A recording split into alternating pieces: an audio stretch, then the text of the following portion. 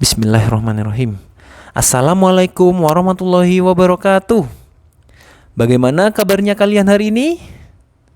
Ustadz harap kalian selalu baik-baik saja dan selalu berada di lindungan Allah Subhanahu wa taala.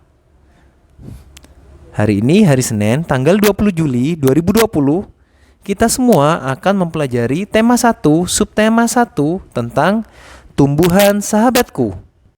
Sekarang coba kalian buka buku kalian di halaman pertama. Ustadz yang tanya ya, pernahkah kalian membayangkan apa yang terjadi jika tidak ada tumbuhan di dunia ini? Atau dapatkah kalian hidup tanpa tumbuhan? Tentu saja tidak bisa. Karena tumbuhan menghasilkan oksigen yang merupakan sumber kehidupan bagi manusia. Tumbuhan juga dapat dimanfaatkan untuk memenuhi kebutuhan kita. Coba kalian lihat di halaman pertama itu. Ada 3 gambar, yaitu tumbuhan apa saja dan juga manfaatnya apa sih. Coba kalian nanti tulis di kolom komentar ya. Oke, selanjutnya ada perkembangbiakan tumbuhan. Di sini perkembangbiakan tumbuhan terbagi menjadi 2 jenis, yaitu perkembangbiakan generatif dan perkembangbiakan vegetatif. Apa sih perkembangbiakan generatif itu? Perkembangbiakan generatif itu adalah perkembangbiakan yang disertai proses peleburan sel kelamin jantan atau spermatozoid dan sel kelamin betina atau sel telur. Itu penjelasan tentang perkembangbiakan generatif. Sedangkan perkembangbiakan vegetatif tidak terjadi peristiwa peleburan spermatozoid dengan sel telur. Jadi di perkembangbiakan vegetatif itu tidak terjadi peristiwa peleburan. Bagaimana, sudah paham anak-anak? Kalian bisa lihat di halaman 4 dan 5 untuk perkembangbiakan generatif tumbuhan. Coba kalian buka ya halaman 5 atau halaman 4 itu ya. Selanjutnya, perkembangbiakan generatif itu melibatkan induk jantan dan induk betina. Ciri-ciri perkembangbiakan generatif pada tumbuhan adalah munculnya bunga. Jadi di sana pada saat perkembangbiakan generatif, ciri-cirinya itu muncul bunga. Bunga yang kamu lihat sehari-hari merupakan alat perkembangbiakan secara generatif pada tumbuhan. Bentuk dan susunan bunga pada setiap jenis tumbuhan sangat berbeda-beda. Bunga yang lengkap atau sempurna memiliki benang sari dan putik dalam satu bunga.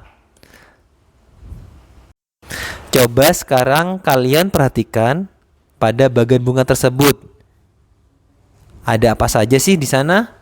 Yang pertama ada kepala putik, benang sari, ada mahkota, kelopak, bakal biji, tangkai putik, kepala sari, tangkai sari, serta tangkai bunga. Coba kalian perhatikan itu di sana. Kalian tetap buka ya halaman 5 pada buku kalian masing-masing. Di sana sangat jelas penjelasan untuk perkembangbiakan generatif tumbuhan.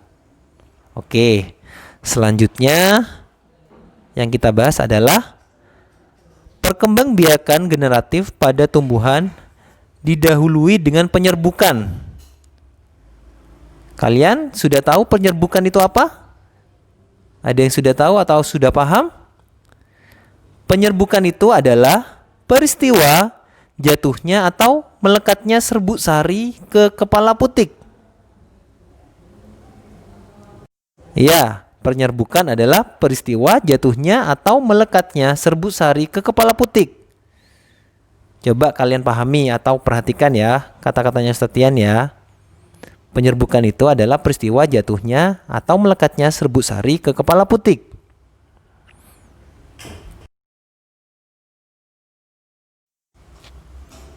Oke, sekarang yang Ustadz yang jelaskan adalah jenis-jenis penyerbukan. Jenis-jenis penyerbukan itu ada 4. Yang pertama, penyerbukan sendiri. Yang kedua, penyerbukan tetangga. Yang ketiga, penyerbukan silang. Dan yang terakhir atau yang keempat adalah penyerbukan bastar. Sekarang Ustadz Tian akan menjelaskan apa sih definisi dari jenis-jenis penyerbukan tersebut. Sekarang kita mulai dari yang pertama, yaitu penyerbukan sendiri. Penyerbukan sendiri terjadi jika serbuk sari melekat di kepala putik bunga itu sendiri. Coba kalian paham ya? Dipahami. Kata-katanya Ustadz Tian dipahami. Yang kedua, penyerbukan tetangga terjadi jika serbuk sari dari suatu bunga jatuh di kepala putik bunga lain yang masih dalam satu tumbuhan. Yang ketiga, penyerbukan silang terjadi jika serbuk sari jatuh di kepala putik bunga tanaman yang berbeda tetapi masih satu jenis. Jadi tanamannya itu berbeda tetapi jenisnya masih sama, yaitu penyerbukan silang. Dan yang terakhir, penyerbukan bastar terjadi jika serbuk sari jatuh di kepala putik di bunga dari tumbuhan yang berbeda varietasnya.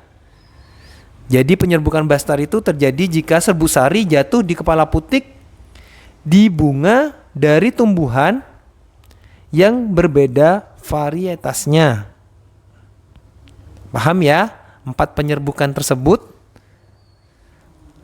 Kalau kalian belum paham, nanti silahkan tulis di kolom komentar. Selanjutnya, di sini ada gambar atau video tentang setelah terjadi penyerbukan, yaitu terjadi proses pembuahan. Coba kalian lihat sama-sama itu. Yang pertama ada tumbuhan dewasa, menjadi serbuk sari kepala putik, menjadi bulu serbuk, lalu menjadi lembaga, zigot, biji di dalam buah, dan daging buah menjadi biji, dan biji menjadi kecambah, serta kecambah menjadi tumbuhan muda. Di buku juga dijelaskan itu. Di halaman 5, kalian bisa coba lihat halaman 5. Misalkan tetap kurang jelas atau ada yang perlu ditanyakan, bisa kalian tanyakan di kolom komentar nanti. Mungkin itu saja penjelasan singkat dari Ustadz Tian untuk pembelajaran hari ini. Dan satu lagi untuk absensi, caranya kalian langsung tulis saja di kolom komentar. Misalkan Noval hadir. Terima kasih ya. Wassalamualaikum warahmatullahi wabarakatuh.